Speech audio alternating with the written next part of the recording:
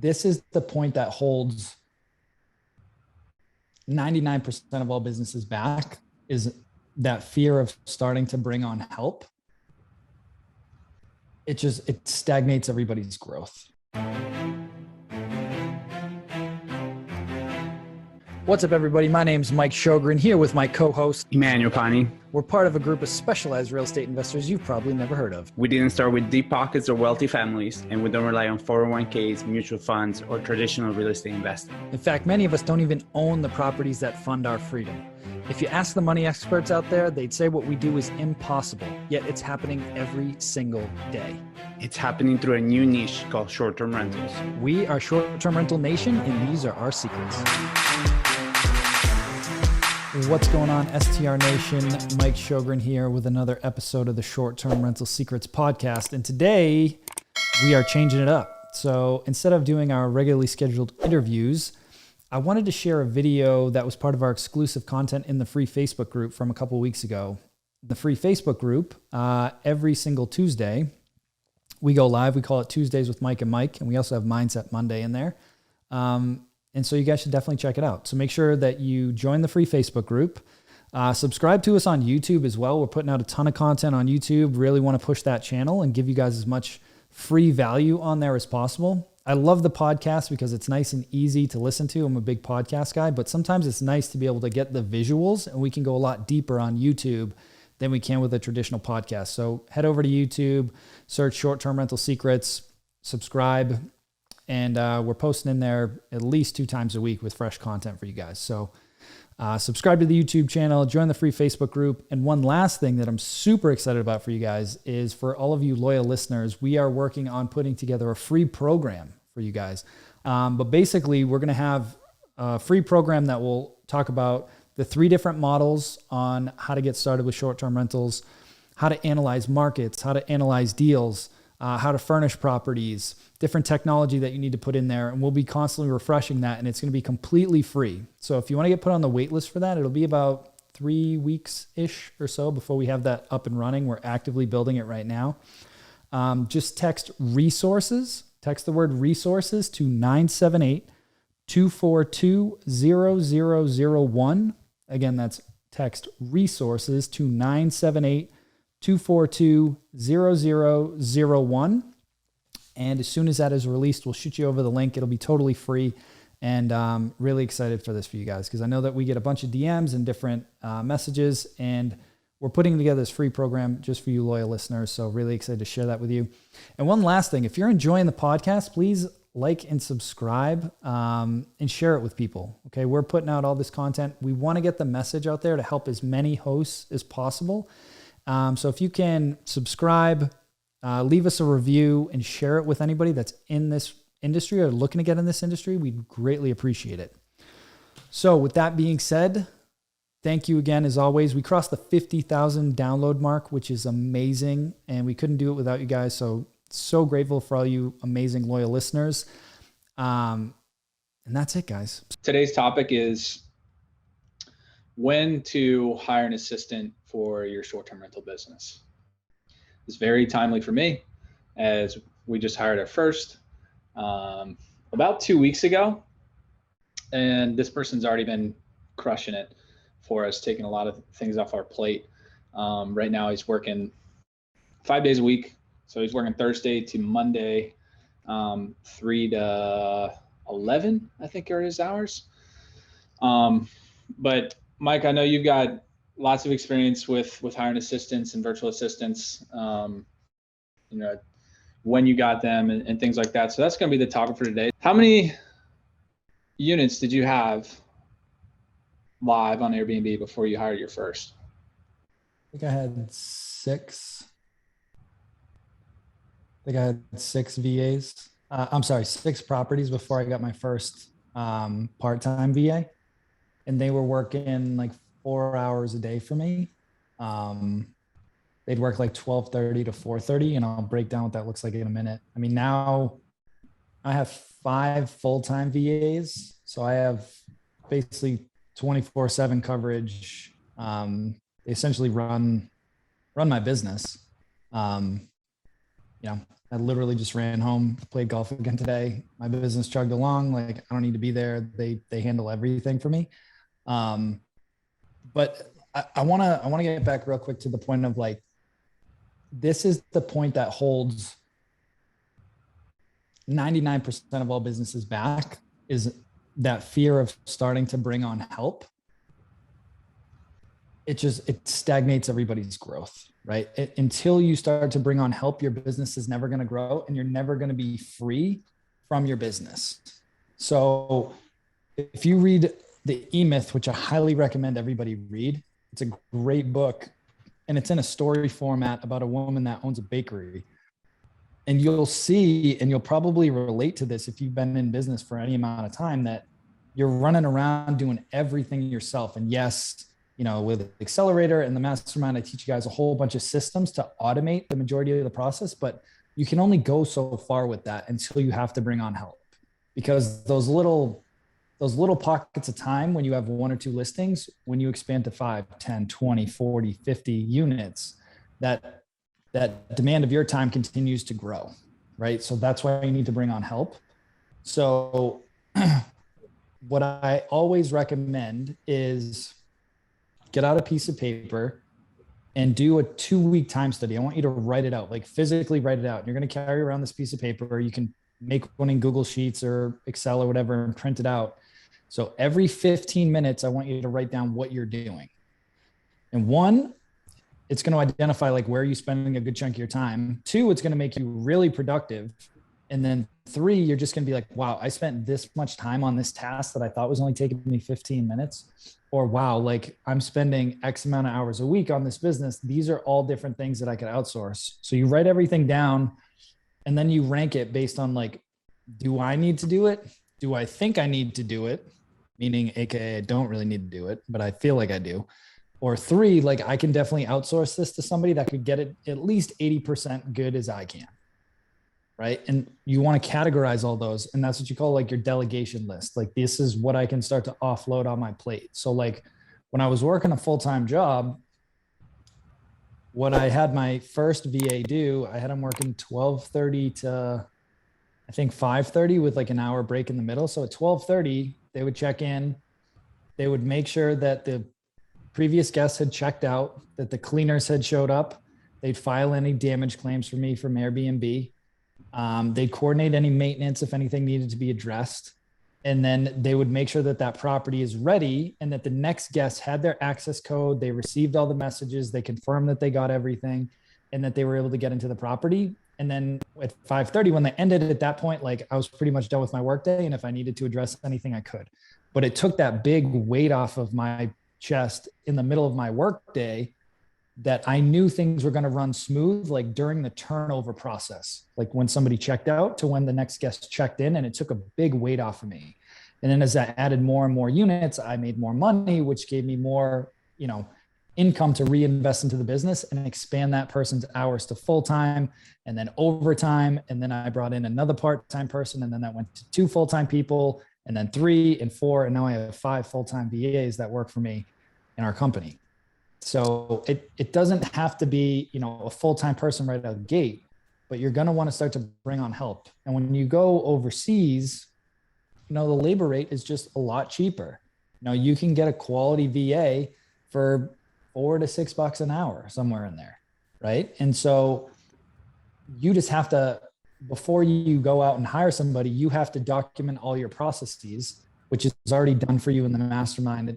You know what I mean? Like, we give you all that stuff, like here's how to do everything. And then you just give that to your staff. But you need to spend some time like, okay, here's how I review my PMS to see what check-ins are coming today. Here's how I review my locks, either on my phone or on the computer. And you take screen captures, you record videos, you document everything out in a step-by-step format, so that if somebody had no experience, they could follow this little checklist with pictures of just click this, click this, click this, click this, and they could actually get the job done. And I know it's a time investment to do that, but that's the only way that you're going to be able to become free in your business. If you're working a corporate job right now, the CEO isn't sitting next to you showing you how to do everything. There's processes that were created over time to help onboard and train new staff. You have to go through that same process for your own business. if you want to continue to grow and have the time freedom to go out and hang with your kids or your spouse or significant other, go travel, go golfing a few times a week, whatever it is for you, you have to have those systems in place and then go out and recruit the talent that can continue to run those systems while you're not in front of your computer or your phone. That's the bottom line. Yeah. I'll share a little personal experience. So we just hired our first about 2 weeks ago, and we're at 9 units now. So we went from 6 to 9 in about a month by onboarding some co-hosting deals. And you and I had this conversation about 3 weeks ago when I was on the fence on hiring someone. It was like, we know there's no one that can do the job as good as my wife and I can. Like, this is our business. We scaled it to 9 listings. We're going to scale it to more. And we can run the business extremely well and be profitable. But at the same time, we're in this to gain more time freedom.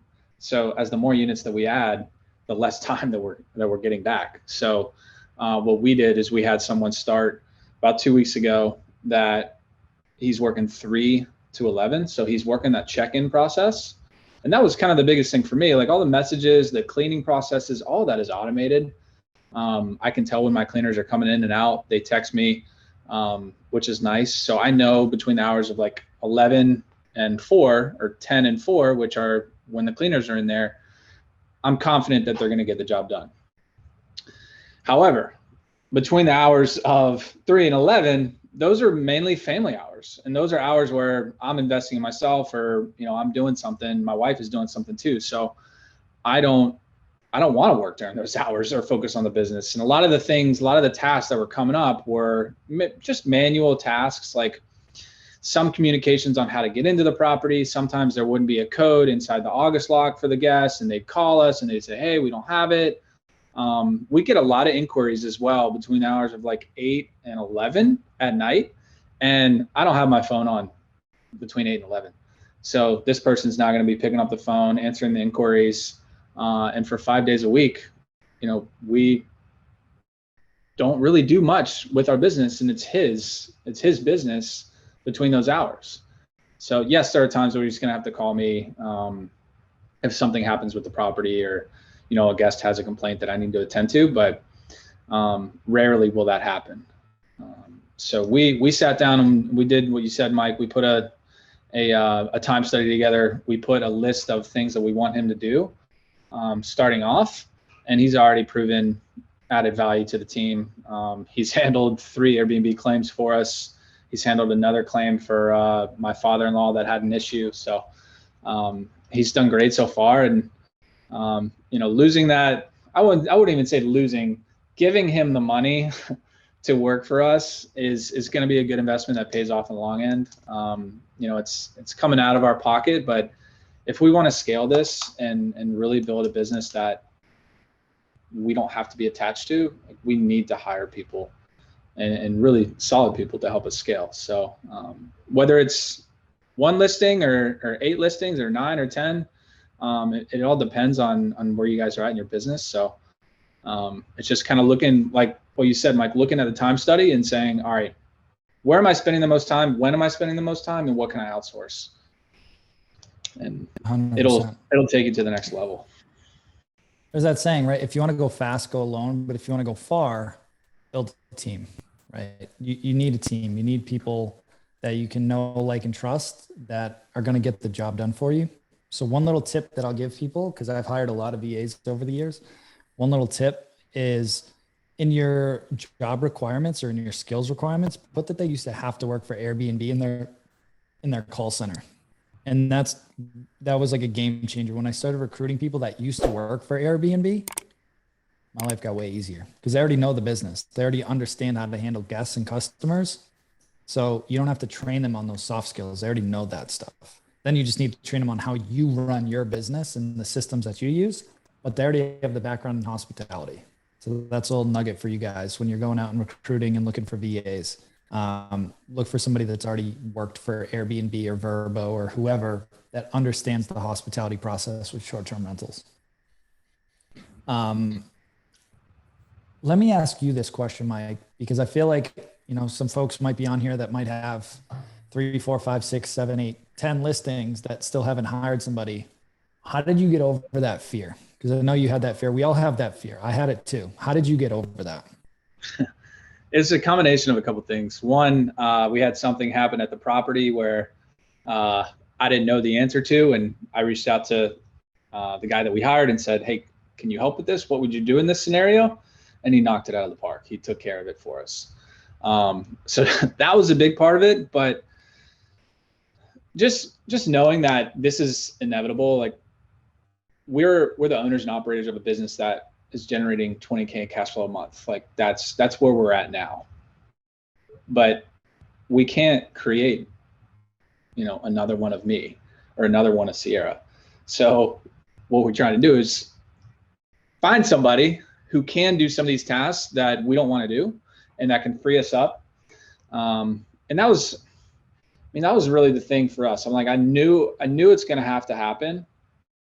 And for me to scale, for Sierra, like with our baby coming up in the next 3 weeks, I was like, we got to get our time back, or at least add somebody that can add another layer of comfort for us, that can respond to any issues, during these set hours. We're probably going to increase those hours in the next couple of weeks, but just kind of knowing like, all right, my bigger goal is more than 20K cash flow a month. Yes, we hit it last month or the last 2 months, but now it's 50K a month. And how do we do that? So I can't stay in the 20K mic while I'm, running this business when I need to get to the 50K mic. I need to hire somebody and really grow the team. So going back to like the main focus and the main goal helped me get over that fear. With a loving kick in the ass for me a few times. Yes, with also kicking the ass from you, Mike, to say just do it, man. You'll be thankful. So I think the fear that you had and that I had and that most people have as well is I don't know if I have enough work to keep this person busy. Right? You said that straight up to me, and I was like, trust me, like you will find stuff for this person to do. Because I even went through this recently because I just hired 2 more people to cover the overnight shifts. So they work from like 9 p.m. to 9 a.m. And I don't even recruit them anymore. My team goes to recruit them. And I'm like, what are they going to do all night long? Right. And I made my team like go through a time study. What are the things that they can take off your plate so that when they're in between phone calls or random messages that come in, what other things could they be doing operationally to help take some stuff off your plate? And initially, like I kept resisting it. And I'm like, you know what? I need to just make this move. So I'm going to do it.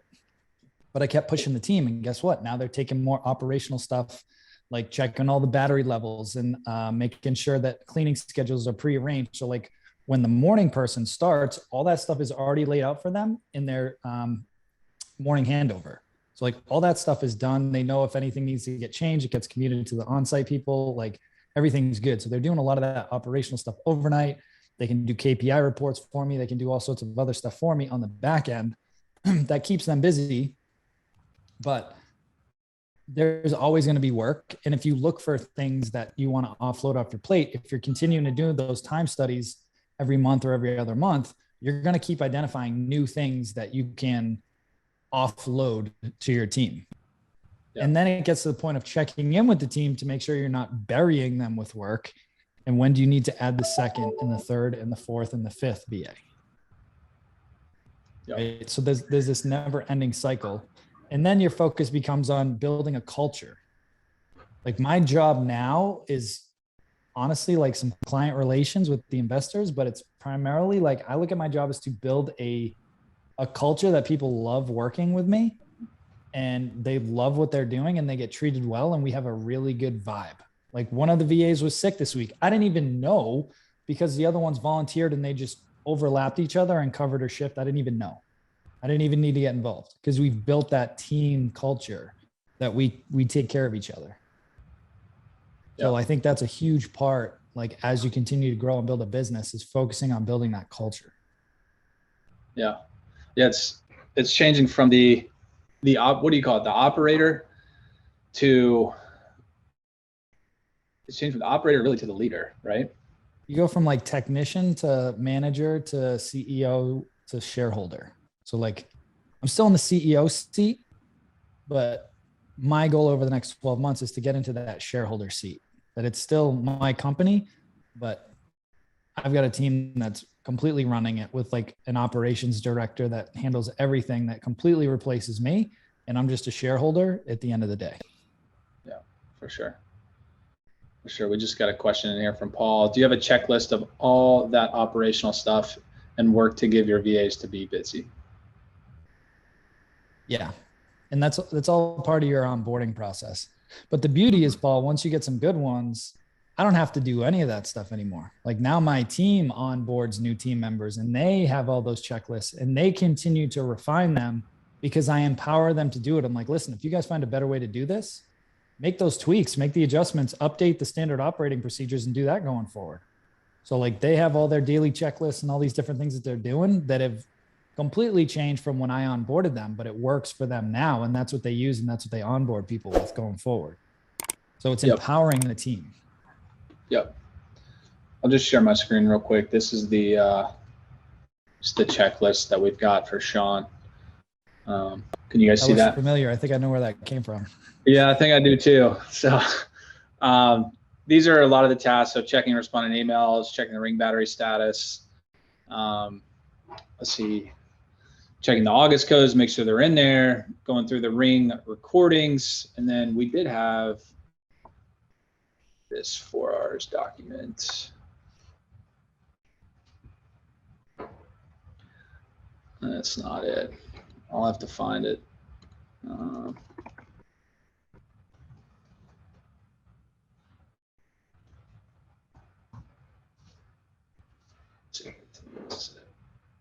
Nope.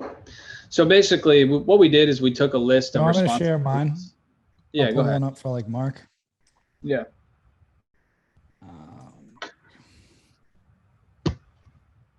So Mark is on my team. He's kind of like my lead operations person on the STR side. And I have somebody else on the hotel side, but let me share my screen. I found it. So we call this 4R document. So what's the role? What are the responsibilities? What are the results? And what are the requirements? Right. So for Mark, he's overseeing the operations of our STR portfolio, ensuring all team members are engaged in providing a great guest experience. He acts as the primary contact for the portfolio questions from the rest of the team. He recruits amazing talent to the team and ensures the culture and skill set fit for Occupied, communicates with guests through our property management system, all this kind of stuff. He ensures that all the hotel guests for one of our properties filled in their check-in forms, ensures all manual, Vrbo, and Booking.com reservations have submitted their payments prior to checking in, ensuring overnight staff send our cleaner a screenshot of all the cleanings for the upcoming day, ensure turnover process is done, process any resolution claims, coordinate any property maintenance, monitor battery levels, review property video recordings at the beginning and end of all of his shifts, monitors noise aware, saves any expense receipts, prepares weekly bookkeeping reports, prepares my monthly owner statements. He posts my coaching call recordings and any ad hoc data entry stuff.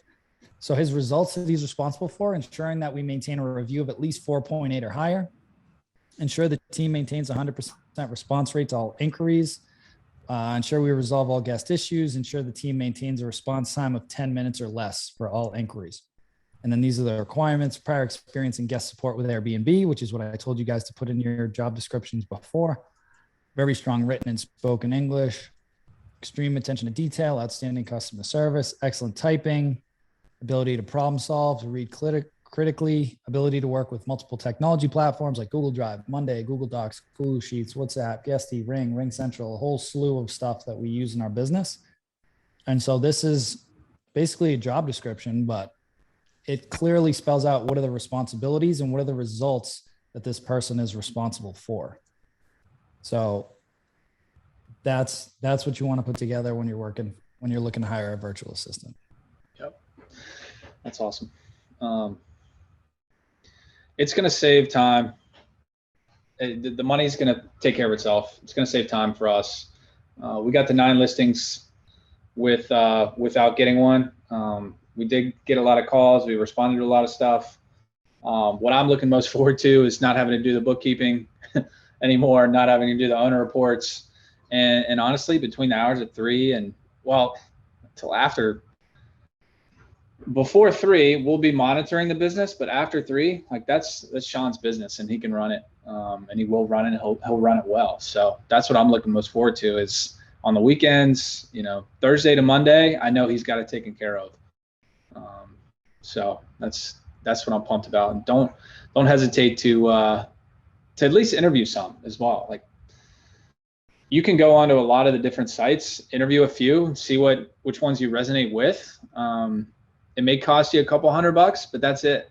Like, get a couple under your belt, see what you like, see what you don't like. And also, one thing I will add was, you can talk to people that are onshore too. People that may want to get into your business, or folks that are like asking you about short-term rentals, or folks that are, wanting to get into Airbnb and real estate. You can ask them, like, hey, here's some tasks that I need to outsource, and would you be interested in helping me out? Or would you be interested in being an intern or an assistant? And you can get some good talent potentially that's here. For us, we didn't want that because it was really the night shift. And we wanted like set hours. But if you do know people that you can help that want to get into this business, that's another route you can take as well. So 100%. I got to kick Nate and Chad in the ass because it's in the course, guys. You got to go through the material. Go through the material. You got to go through the material. I'm not going to spoon feed it to you. It's not like these videos are long either. If your plan, like if your goal is to hit really a 6-figure business, so if your goal is to hit 6, 7K a month or 10K a month, anything above that, you're going to have to hire help at some point. So just start planning for that. It's scary at first. There's going to be doubts. There's going to be fears. I know I'm going to do the best job in this business, but if I can hire somebody that can do just as good of a job, or, 80%, like, that's good enough. So we can scale that way. Our guests will be taken care of that way, and everybody, will improve. So that's my parting thoughts. It's very fresh in my mind after hiring Sean about 2 weeks ago, but he's helped out tremendously, and I know we're going to extend his hours and give him more work and hire more people in the future too. So 100%. And if you're already in the game, like if you're looking to take it to that next level, reach out to Mike and myself to learn more about the Mastermind. It's literally spelled out step by step, all the resources, checklists, tools, templates, live coaching with me and with Mike every single week, private mastermind group with 240 something people in there now that are all actively building and growing and scaling a short-term rental business. It's every tool, checklist, everything that you would need to keep going, along with accountability and peer groups and everything else, and group coaching. So if you're interested in that, it's not a small investment, but if you want to take it to the next level, like that's the program for you. All right. So that being said, Mike, thanks for this topic. Very timely. I think for those folks that are at that level of somewhere between 4 to 6 listings, 4 to 8 listings, like you really need to start looking at this seriously. You're going to need help. You're going to need an assistant, a virtual assistant, whatever you're going to do. But if you want to keep your time freedom, you're going to have to bring on a team, period. Cool. All right, guys. We'll see you guys next week. Hope you have an awesome week, and we'll talk to you soon. Hey, STR Nation, if you enjoyed this episode, please make sure to hit that subscribe button and leave us a review. And in the comments, let us know what topics you want us to cover on upcoming episodes, and we'll make sure to get that in the books for you. And if you really want to learn how to launch, automate, and scale your short-term rental business, if you want to go deeper, then check out our free masterclass at strsecrets.com.